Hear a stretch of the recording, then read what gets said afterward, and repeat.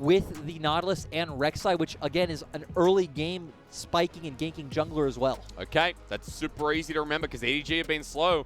And I'm going to bring it to you, Lyric, because RNG, you said, have been a bit faster at the start of this split. They don't have Uzi. It's been about Betty as...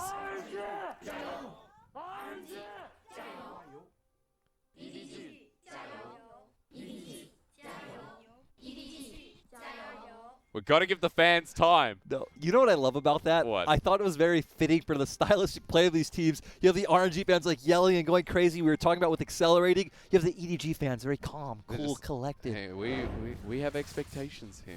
We know what EDG are going to do, and they're going to go slow. And RNG already off to a big start here. Bit of damage onto Audi, but he's got plenty of time to back and just come back in.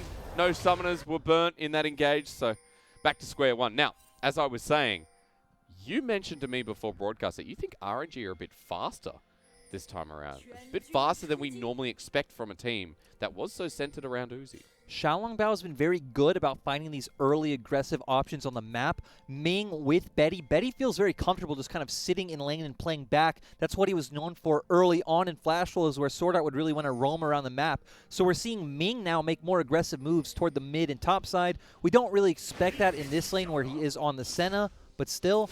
The interesting thing, too, looking at these runes is look at Senna's rune. She didn't take the Glacial. Also note that normally it is like the 80 carry player to play the fasting Senna, but this time it is actually just Ming playing the full-on support. So it is Betty on the Pantheon. Makes sense? Yeah. Yeah. It's interesting, I know it's right? confusing to explain, but it is just kind of the old switcheroo. So I like this, you know, Betty on the more aggressive. And Ming is taking Guardian here as well, so it's not Glacial Augment that we normally see. I just said that maybe Did you? maybe 30 seconds ago. I was brain teasing towards Pantheon. You were looking at Betty Pantheon. Oh yeah, I was like, hey, look at that guy, and he's got the Dragon Slayer skin. Maybe that's what did it. The cool thing to keep our eyes on for this game too, as we talked about, both junglers really want to make things happen on the bot side of the map this game. So hopefully, atypical to an EDG game, we're going to get a lot of aggression early on. And like Mako here, they hit level 2 first, and Hope's in with him too. But the problem is, you get a lot of sustain from Ming. So not enough damage at this point, just pushes Betty away. EDG being able to get that level 2 advantage first because, of course, Betty's a melee champion, has to walk up to the wave to farm it. So Hope just being able to easily collect those minions, zone him off that first wave, and hit that level 2 with the aggressive trades coming in. Now, while we are talking about runes, there's something that you didn't talk about, and I know Scout has gone lethal tempo. Betty's got the shield up, so I don't think much will come out of this unless they want to turn it around. Onto Hope, he says. Good trade back, but hey, I'm not going to get time. Xiaolongbao, the fast play starts here against Audi in the top lane. But Junja's coming. Well, will he find his way over the wall? Not too hard. Xiaolongbao uses the smite, of course, take the camp away. Dodge away, the grasp brings him back in. Up into the rappel, down into the rappel, but knocked up immediately. Flash over the wall, Junja follows. So does Audi, though. The smash comes down, and now Lung Xing has to get away. A double flash for the jungle top.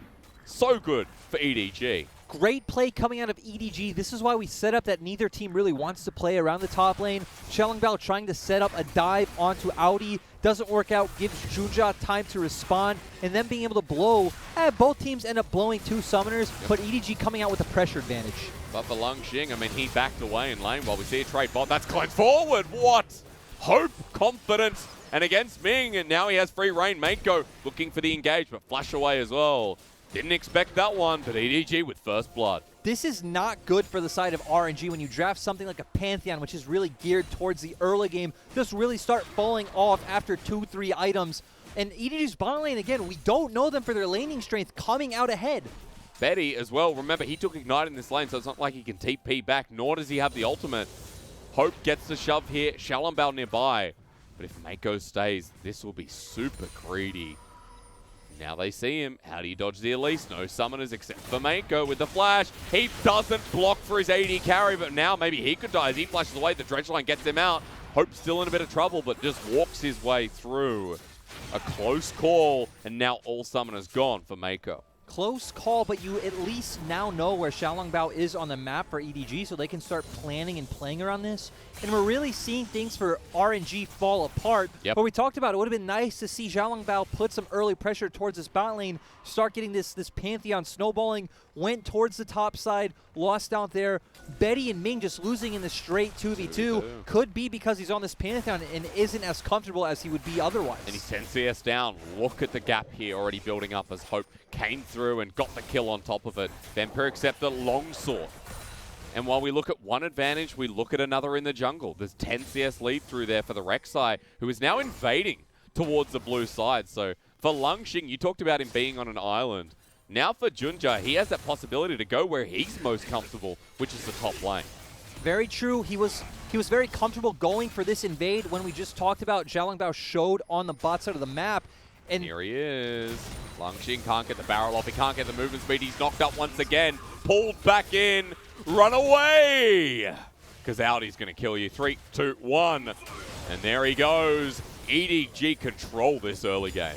EDG just really abusing the pathing coming out from Xiaolongbao. Again, he showed on the bot lane to try and get the flash from Mako, trying to get the kill. And Junja, being the rookie jungler, just I guess they're both rookie junglers, but still completely abusing that. One set up earlier than the other, I guess. Junja was the person that came in late because we didn't get Jeje because of the whole issue with the epidemic. Xiaolongbao is still the big name coming in. A lot of people were hyped from him coming up from Young Miracles. Another Young Miracles jungler, yeah. Right? No one knew who Junja was. And he came through and he started playing a bit of Sejuani, and then Audi came into the roster and success.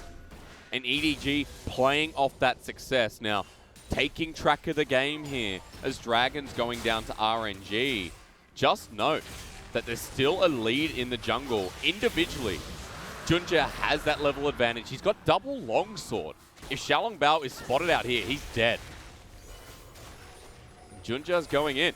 Prey Seeker not going to land. Now, he doesn't have level 6, but repel over the wall. Thank you for the scrying off.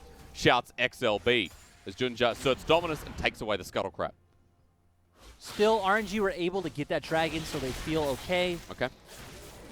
Looking back to the side of RNG, we were talking about Scout's Rune Choice did take the lethal tempo in this lane. When you're facing the Diana, she doesn't really have any potential kill threat on you, so taking this lethal tempo, playing more for scaling and for later game team fights rather than something like the Common or the Hail of Blades that you could otherwise see. So I like this option coming out from Scout. It does fit EDG's identity. I think out of Rune Choices, we've seen that Azir's been the most versatile champion in the past, right? Like, Comet, Hail of Blades, Electrocute. Yep. That's versatile. Do you not think 4 is versatile? No, I think 4 is extremely versatile. Okay, you sound that very sarcastic like, and I thought, am I wrong? We're just lucky that you're not the one playing it, taking that Omni Stone. Oh, you know I like Omni Stone. I played Omni Stone Annie top last night, and that did not go well. But hey, XLB is in the bottom lane and paying attention back to this game. This is the 3rd time he's come bot.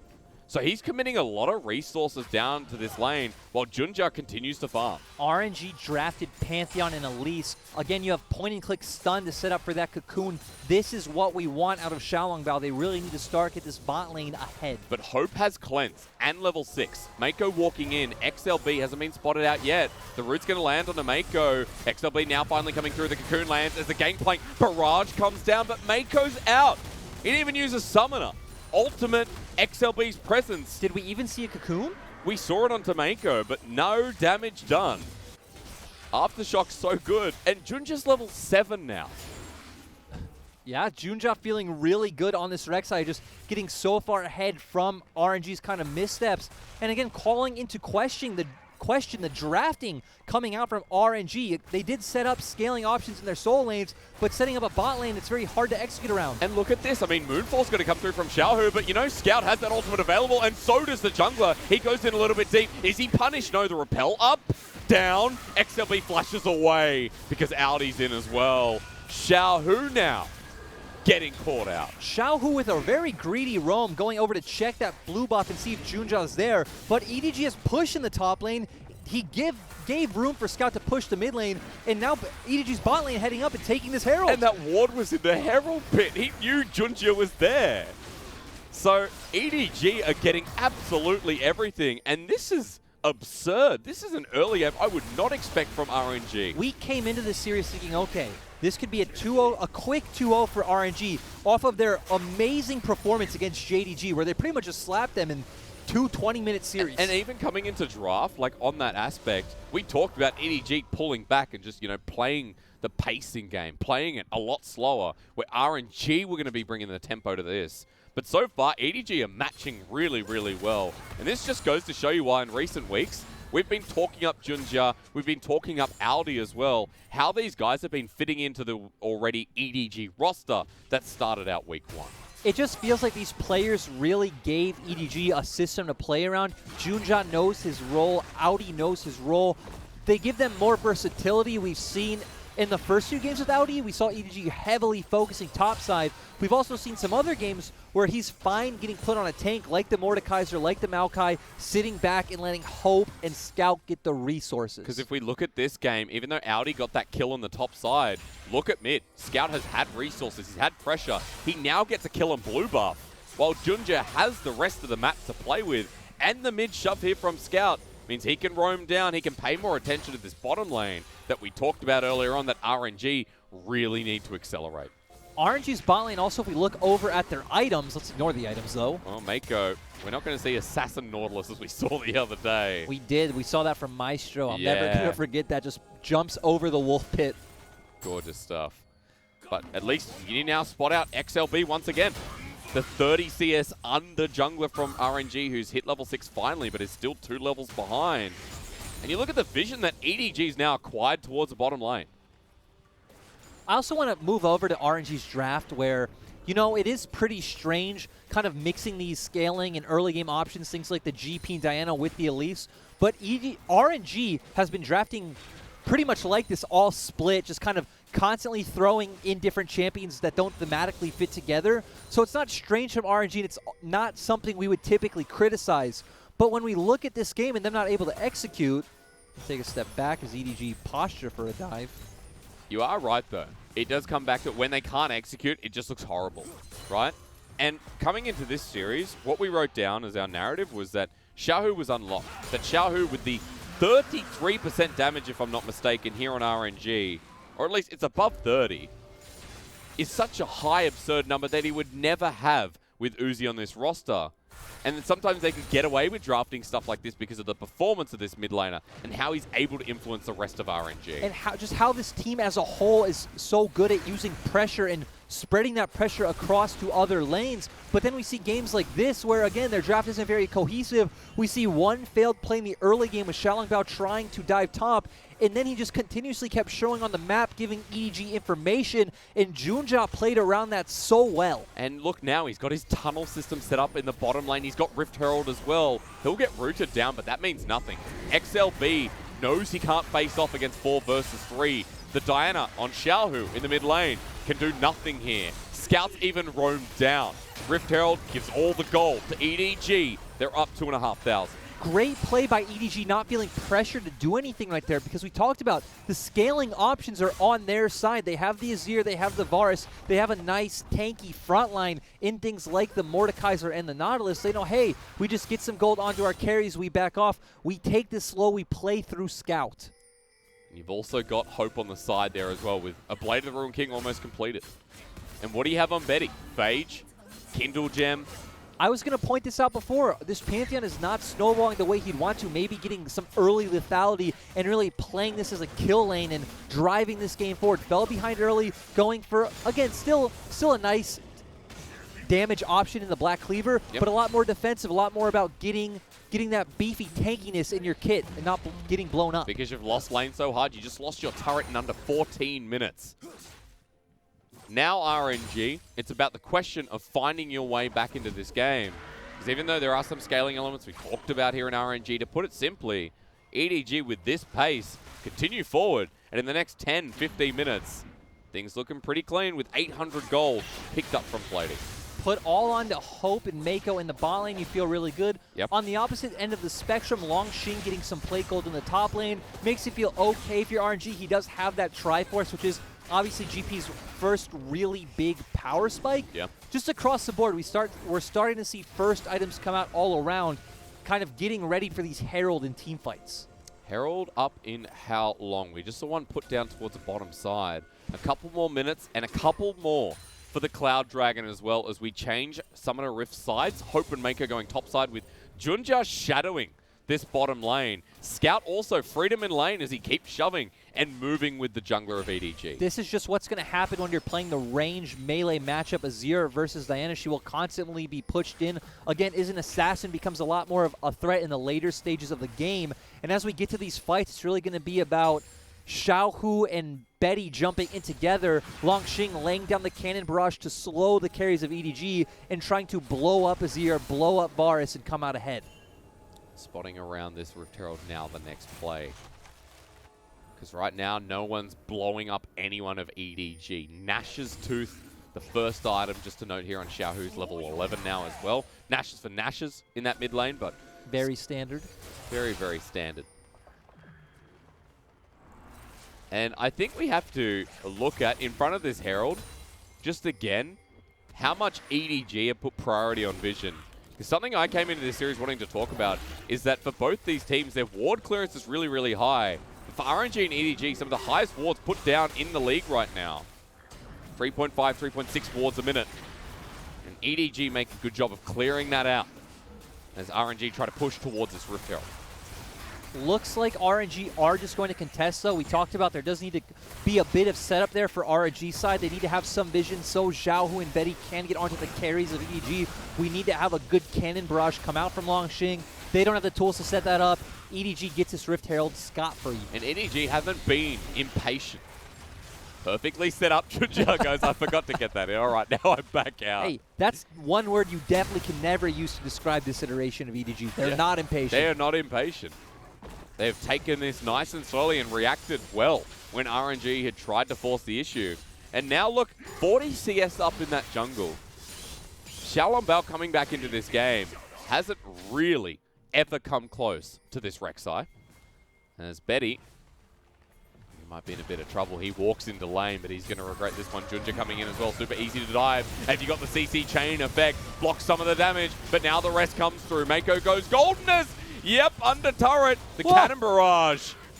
That did do the job from Longxing. I just want to say, EDG were the ones who dedicated all the members to topside. RNG come out a 1-for-1 and take Dragon. That's a win on the side of RNG. Definitely is when you're down behind. Didn't expect that to go through. Well played from Longxing. The timing from Betty in the end means they get Dragon. They also get turret. So a trade in turrets as well. Another win for RNG. And at least getting some gold on the board. We are going to end up getting a Cloud Soul, so not something too... Again, it's probably the worst soul in the game. Okay, but you have some big ultimates on the side of RNG. My hand is up for a reason. Your hand is up for a reason. Look at that mid lane. Unlocked. Let me just say, Diana with ultimate and Pantheon. Cloud Soul. Pantheon. Yeah, you're right. Everyone, all right? It's just the same. But the point is, my eyes light up. Because Cloud Soul, I think, is exciting. Another interesting thing that we can kind of touch on for the side of RNG that we haven't is they do have the ability to play through and win side lanes with champions like GP and Diana. The hard thing is we've constantly seen this meta that playing a 1-3-1 style or playing through just heavy split push doesn't work out as well. When we touched on in the last series, you can't just easily force fights when we do have things like soul point in the game. Herald going to be dropped now, though. For EDG, 5 members mid. This turret not long for the world as they go forward. Chains of Corruption actually landing. EDG forcing the issue as the graph brings back Longxing. An Azir Sun turret put down in between the Rift Herald, who does get the second charge before dying. RNG hold on to their inner, but more gold going over the side of EDG, who are set up for 5 members to continue staying mid. Next wave coming in. And we see now Longxing with his GP. Another awkward interaction in this comp where EDG does completely outrange you. GP is not a champion for all of our GP mains out there, you know. Doesn't want to run forward and put down these barrels. Feels very awkward for your play pattern. You want the enemy walking into you. Makes it very easy to hit that damage. And EDG abusing the tools that they have in their comp, setting up the siege in the mid lane, using the Rift Herald that they got for free, taking one turret and practically taking another. Yeah. At this point, you say, well done. And you say, we're heading towards the mid lane. Because Betty's sitting there right now. We've got ourselves a center towards the top side, and we've got a Diana top tier and Xiaohu. We talked about the 1-3-1 that RNG can try to utilize. You have Pantheon in the mid lane. Him and Senna both have those global ultimates threatening the sides of EDG, and it's really just about EDG not giving into that, saying, okay, we don't need to contest this. We're going to eventually group as 5 for the big objectives and win the big team fights. Which is up in 2 minutes 30 once again. Hope going to be taking the red buff. Quick reset. That's okay. EDG have time. They know there's no big objective that you're contesting on the map right now. Neither team is going to touch this Baron at 20 minutes in the game. There's no dragon. You're fine. You just don't want to miss that minion, you know? You missed about 40 gold because your red reset. I'm just doing my best to not be too negative. You're very positive right now, don't you worry. But Betty may have found himself Mako, and that's a positive play for RNG. Mako has to get out half health. Barrel's starting to do a bit of damage here from the Essence Reaver GP. There is one positive to give RNG that, to me, they've looked like the best team in LPL. Maybe not now with FPX kind of getting back to form, but at using their pressure. You always know that they are going to take every window. If they have a pushing lane, they are going to use that to get pressure somewhere else. They're not going to leave it like some other teams might, miss an opportunity, play it slow. If there's a road to play around with RNG, they take it. Because granted, even though we've seen so many iterations of RNG, even though we've seen, you know, Royal Club, Starhorn come through, and then eventually RNG, this team has always been top of the pack, right? And part of that point is that with RNG, that consistency that's come through, because we've always had members of this roster who've stuck around, like Ming, a great example, Xiaohu, a good example, even Uzi, who returned after his stint on Team King and going away to OMG partially as well. I think a crazy thing to think about, at least for me, is that Xiaohu has been with this organization since 2015. Yeah. When I read Xiaohu, especially when he's next to players like Uzi, I still think, oh, Xiaohu's like a newer addition to RNG, but no, he's been a staple of this team just as long as Mako's been on EDG pretty much. I mean, he's literally got the 5-year badge on RNG. And when you think about players that are really big at the moment in the mid lane, people like Doinby as well, I mean, Xiaohu rivals them. Another cool thing about mid laners in this matchup is not just so RNG have 3 LPL championships, EDG is 5, but both mid laners are sitting at 2 apiece. Oh, I'm wrong. Go towards playoffs. Hang on, never mind. Shalambal, I'll let you correct in a second because Shalambal has been caught out by EDG, but Xiaohu with a 3-man ult. The moon does fall. But in which direction as Pantheon finally makes his entrance? Betty goes in, blocks a lot of damage here. RNG want to continue the fight though, into the Death Realm. Aldi's taking the 1v1, but he misses the Q first time, but the second time's not the charge. Aldi will get the 1-for-1. Xiaohu wants to re-engage. Moon does fall again. EDG somehow coming out behind on this skirmish where we would expect them to come out ahead. Huge cannon barrage coming out from Longxing, really chunking the members from this team, and RNG are the ones who are able to take this dragon. One more towards Sol. A team that was totally shut out from the early game. And still behind. RNG doing a great job of challenging. We talked about, too, their champions don't really kind of synergize in how they want to play out the game. But here, let's take a look at this replay again. It went so fast, even I missed it. Great chains of corruption coming out from Hope. But still, we've seen on the Elisa Repel just building so much time. And great cannon barrage from Longxing, just chunking out so many members, forcing them to burn flash. And we see they're already all half HP. Audi pulling Betty into the Death Realm. But we're going to see here, he misses a few Qs, kind of gives RNG a lot of time to reposition and pick up this kill for themselves. And then EDG have to back away. But at least from that, I can say, another good comment. Longxing, good cannon barrage. We've said that a couple of times this game. We've also now seen the potential of Xiaohu in these fights. So even though you said there's different objectives to the composition of RNG, you can see how big parts of it can come together. Yep, RNG. Again, they've been drafting these kind of more strange comps all split. They do have big name coaching staff behind them, like Mata, like Tabe for a lot of people who don't know out there, who have obviously been a part of this organization before. Remember, EDG have big names as well. We got Hart, we got Clear Love. I mean, Hart, once upon a time, correct me if I'm wrong, back on the side of RNG from memory. You are right. I've been pretty sure Hart was on RNG, could be wrong. But going back, I'm pretty sure. Correcting myself, Xiaohu actually has 3 championships, but Scout does have 2 on the side of EDG. Ooh. So it's pretty close. I still take that. That's still exciting. I mean, at the start of the show, if anyone missed it, we look directly towards the leaderboard. And right now, EDG are winning. In series, in games. And this series would put RNG one series closer. Because remember, when we did best of twos, it was a draw. That's true. I'm pretty sure a lot of our older standing fans will remember those best of 2 days. They weren't fun for anyone to watch, really, but, you know, we've moved on from that. We could go back to best of two if you wanted. I don't like getting to the second game and going, well, it's a draw. Home you go. No one's the winner. That bothered me, to be quite honest. I'm pretty sure it bothered everyone, which is why no region is really utilizing it anymore. So you were not alone. Best of three is by far superior. Just saying. I know it's a bit of a call out, but I do enjoy best of three. You get a story. And already in this game one, we're like, well, this is how the draft has gone. What's going to happen because of it? And how does this develop in the series? Because picks like this right now for Betty, it's like, well, he hasn't looked as good on the Pantheon. And it feels like the rest of RNG have been trying to keep up with EDG, who set the tone early. What happens from here on? Because EDG still with a 2K gold lead. 25 minutes in, they're facing Soul Point against RNG, who have picked up these double clouds and are looking for their third and final. The big thing to keep our eyes on is, one, we talked about RNG are able to play through side lanes like they are right now. They do have pressure with Diana, with the GP. Can they utilize this, bring it across the map, and get ahead? And if we get to a point of where there are team fights, which is what EDG would prefer, group up is fine, find your pressure together.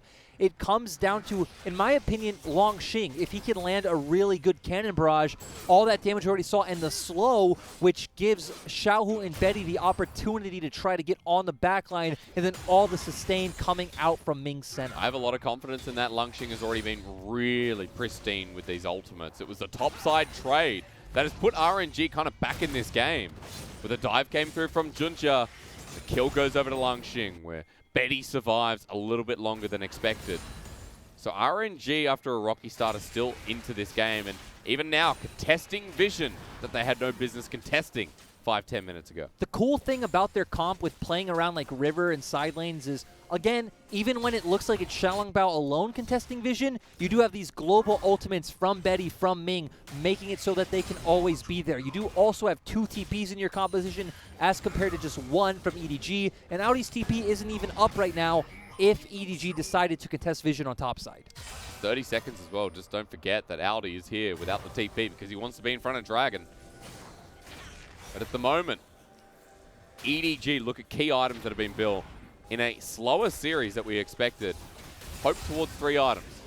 2 items on Scout here in the mid lane, 2 in the top lane. We got the exact same build going on at the top side here. We do. Leandri's coming out for both, which again is a lot more sustained, consistent damage in these team fights. Nashor's Tooth coming out a bit early for Audi. Still glad to see it after the Leandri's. It's a lot more about soloing out an opponent in the Death Realm. Again, synergize as well with your ult, with your passive, which already gives you magic damage on your autos. Cocoon's going to land though, and RNG want to start this up. Chains of Corruption goes wide.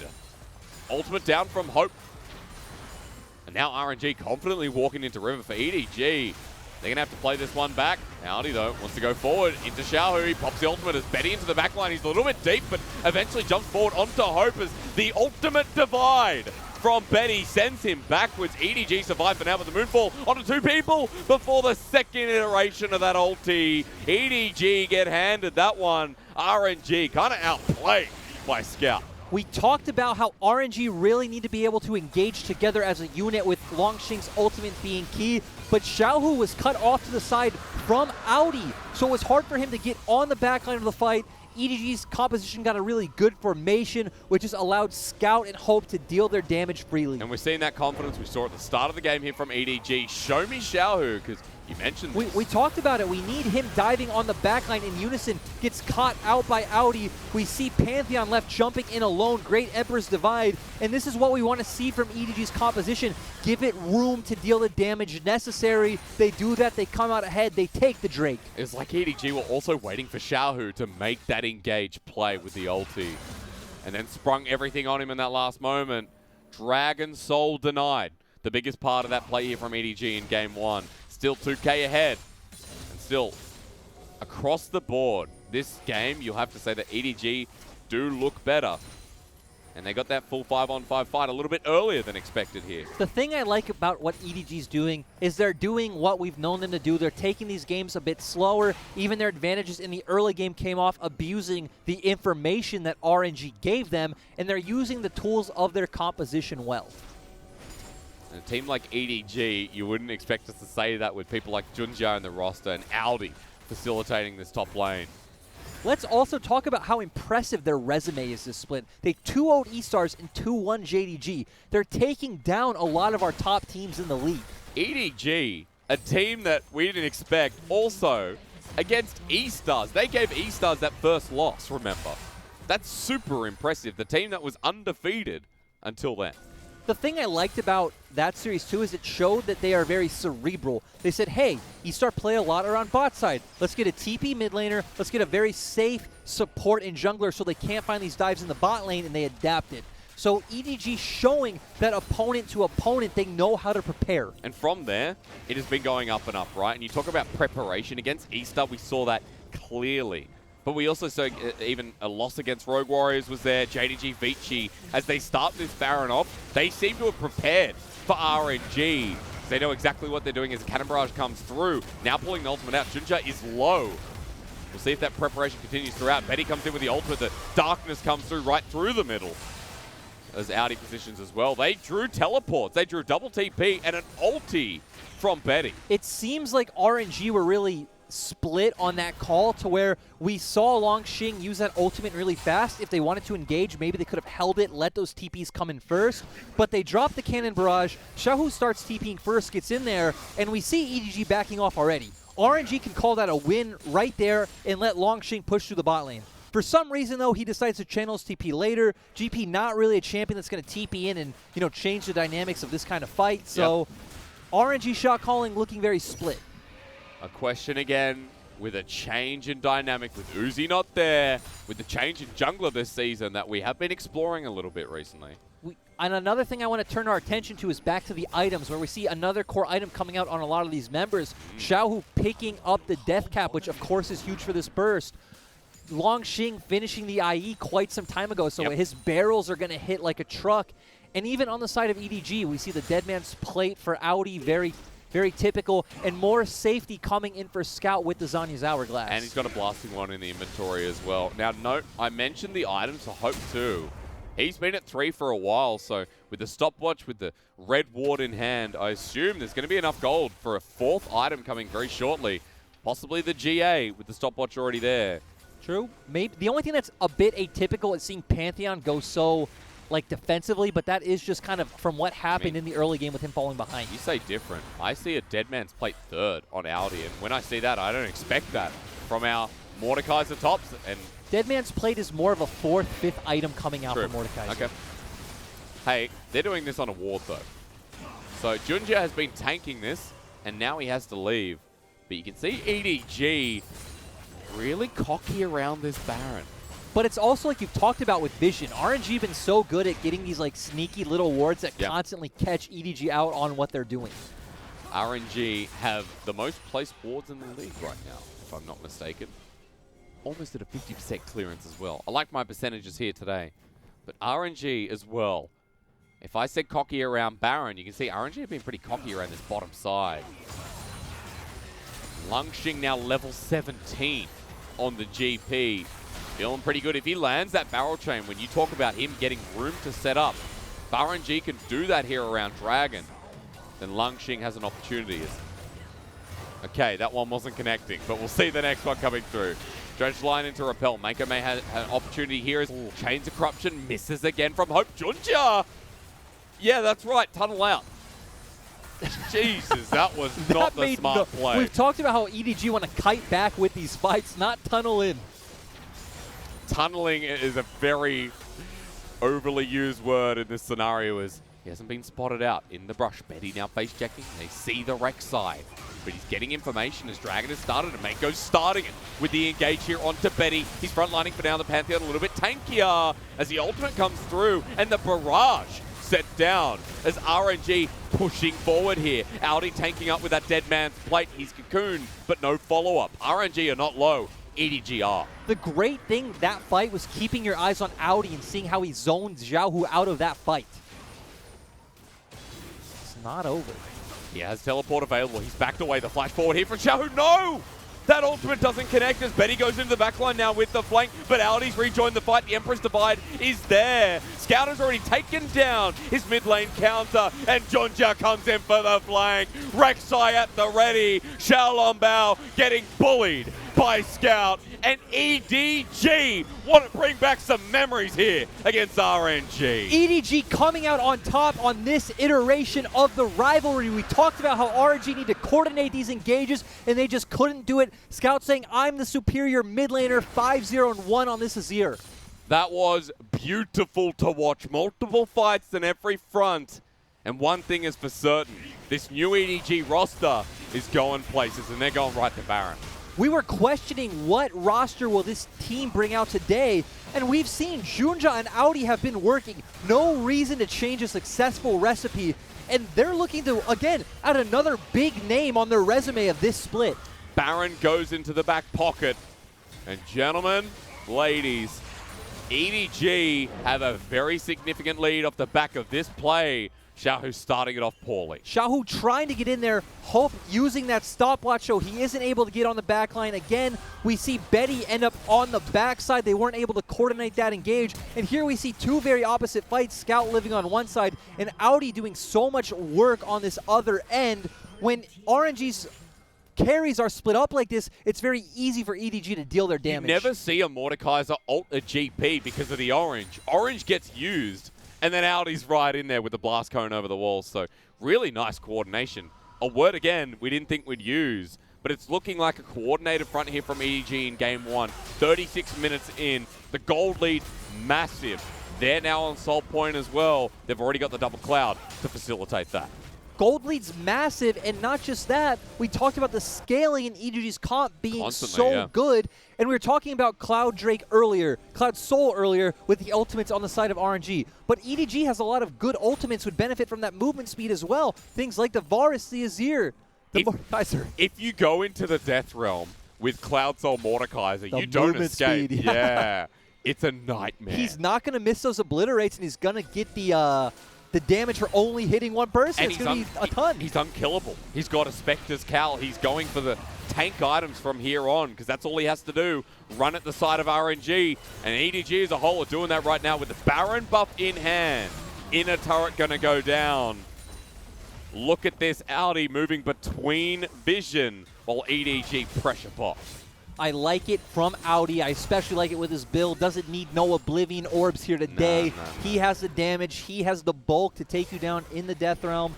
And nice from EDG sending Junja to use that second lane. And they're going to just keep sieging with their Azir, with their Varus. With the Sun Turret, no less as well. Scout's level 18.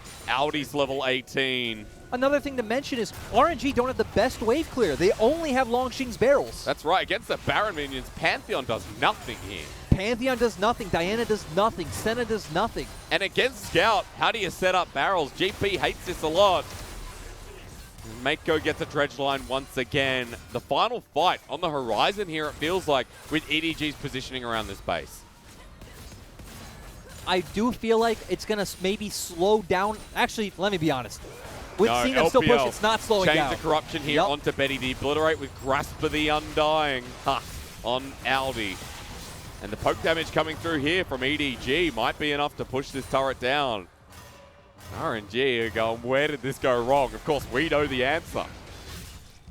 But back to the drawing board with a big old question We're mark. going to see, like our last series, RNG are going to have an option. Do we slowly let EDG take this inhibitor and fight another day at that Cloud Soul in a minute and 20 seconds? Or do they try and force an engage here? Does look like they're going to opt for the former.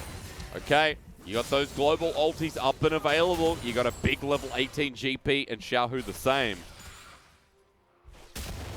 And as the game goes this long, Take me. it is going to get to the point where, you know, one team fight can decide it all. One team fight death timers could be long enough. You push through bot on the side of RNG. You push through bot, same with EDG. And you can maybe look for the Nexus. So I like RNG's patience with that play, saying, hey, we don't need to stake our claim on this game here. Let's wait another minute, get a better position. But of course, a bigger ask from RNG in their position right now. At this point in time, with, yes, the beer buff that came through was 3,100. Thank you so much to Harbin. That looks refreshing. Maybe after the game, it is a Sunday after all. You look at where RNG stand, and maybe 4 items in the mid lane, that's cool. Betty with the tank build at this point. I was going to say, I love Betty's build right now, just trying to get in there, survive. Maybe thinking he has enough burst to take down someone like Varus, like Azir anyway. And really, a lot of the pressure now is on the backs of Longxing and Xiaohu. All right, walking towards this dragon now. It's up. It's there. RNG, you said they're going to have to make this move here. But how do they get in? Betty on top of Mako. Audi there as well. Sol's gone. Is game over. Longxing sets up the barrels, but nothing. And now I guess it's around Baron where RNG make their final stand.